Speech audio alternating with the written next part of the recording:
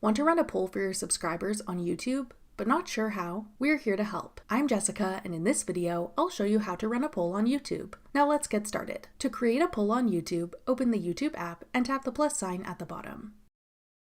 Select Post. Then tap the poll icon. Your poll options can be images or text. Select which type of options you want to add. If you choose image, you'll then tap the image icon to import images from your device for each option. This is a great way to see what your followers think about thumbnail images. If you choose text, simply type in what you want the poll options to be in each text box. Tap Add Another Option if you want to add additional choices. You can have up to 4 options in a poll. Type in a question or information to give context to your poll. Then tap Post to share your poll to your channel.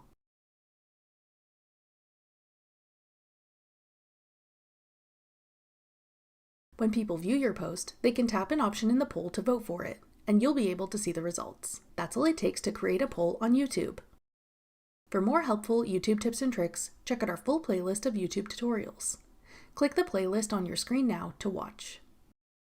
Thanks for watching. If you found this video helpful, we'd love it if you'd hit the like button below and subscribe to our channel. We put out great new tech tutorials like this one every day.